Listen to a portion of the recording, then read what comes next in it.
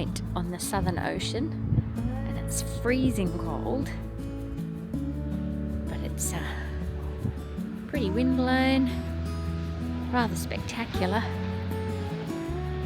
The lighthouse was manned until the early 1900s or the 1950s. So imagine living down here on this isolated point. It's wind off the ocean is icy. The sun's not out, which doesn't help. But yeah, it's rather windswept. Evidence of the way the wind just affects the growth of this tree. It's become a laying down shrub. It's pretty amazing. It's underneath those trees. Bit spooky, really. The effects of nature.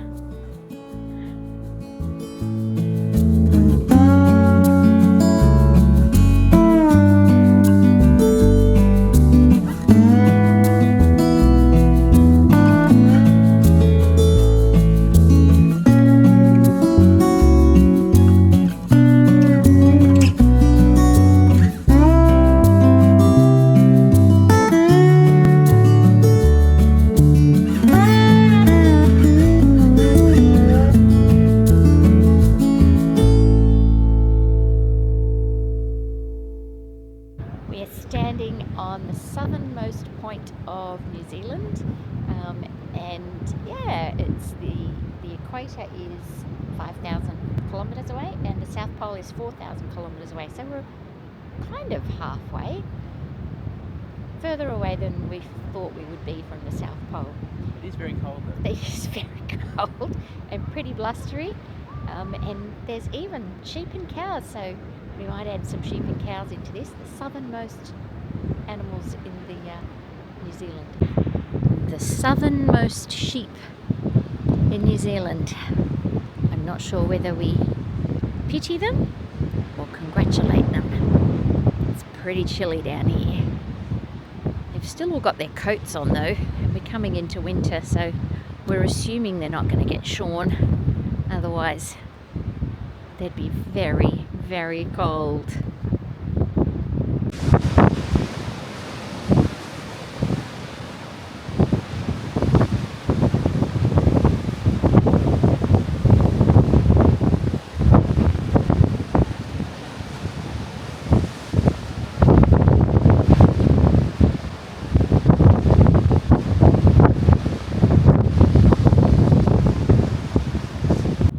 The southernmost cows. Staying warm, they're all lying down, chewing the cud. They're quite pretty actually, they're almost, the black looks like black velvet. Their name is the sheep. Nice view on a sunny day. We're now in Curio Bay, which is not quite as far south as Slope, but slightly bigger township. Great camping grounds. And pretty decent surf apparently. You can see the bay just goes round and round and round all over there. And then you look out to the Southern Ocean, which also just goes and goes and goes.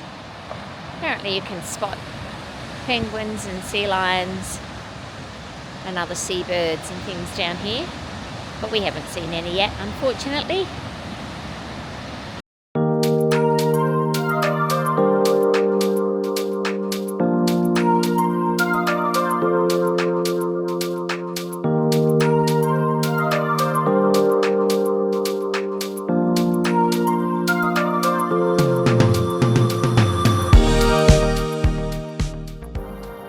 We're in Dunedin on the Otago Peninsula. We've been blessed with the most stunning day, and we're heading out to the wildlife sanctuary. The Otago Peninsula is known for beautiful wildlife, particularly the royal albatross. But there's 2 types of seals, 2 types of penguins, all sorts of seabirds. If I take a picture this direction, I think you're going to get sunblasted. Let's see. Get some more footage. It's a great place if you're a tramper, hiker, or just love animals. Just a little bit further down the peninsula, this is the spectacular view looking back towards Dunedin. It was certainly blessed with a great day after yesterday's cloud. So looking forward to exploring the rest of this space.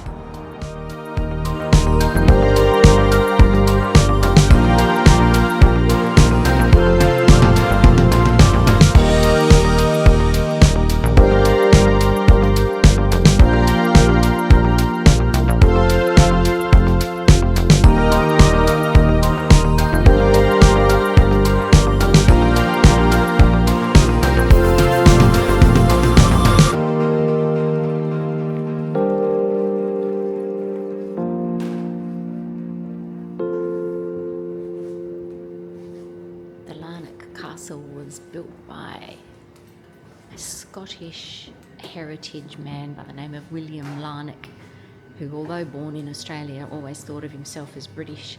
His father was an overseer of some of the first convicts. It's a very tumultuous history and well worth looking into. But the castle is spectacular. He brought in artisans from England and Scotland and Italy and France for various pieces, and then the family that bought it in a state of disrepair in 1967 have done a magnificent job of restoration. They sourced a lot of the furniture which was taken or sold, and so enjoy some of Larnock Castle as we look around.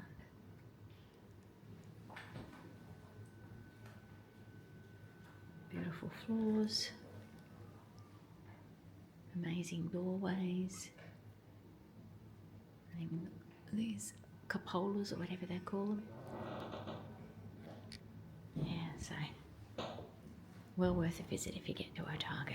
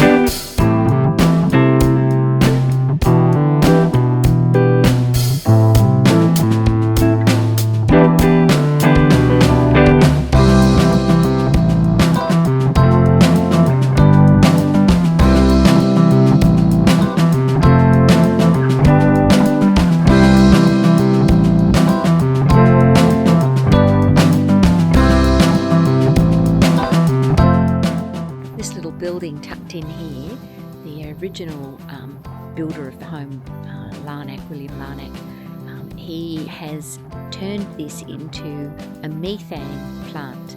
So all the waste from the stables and all the waste from the house, all the human waste, as in toilet waste, went to this particular building, and it was then the gases that were generated were then used to fire the candle lights inside, or the little lights, gas lights inside. Very ingenious for the time. Thankfully, I guess the smell was removed by then because it was just gas.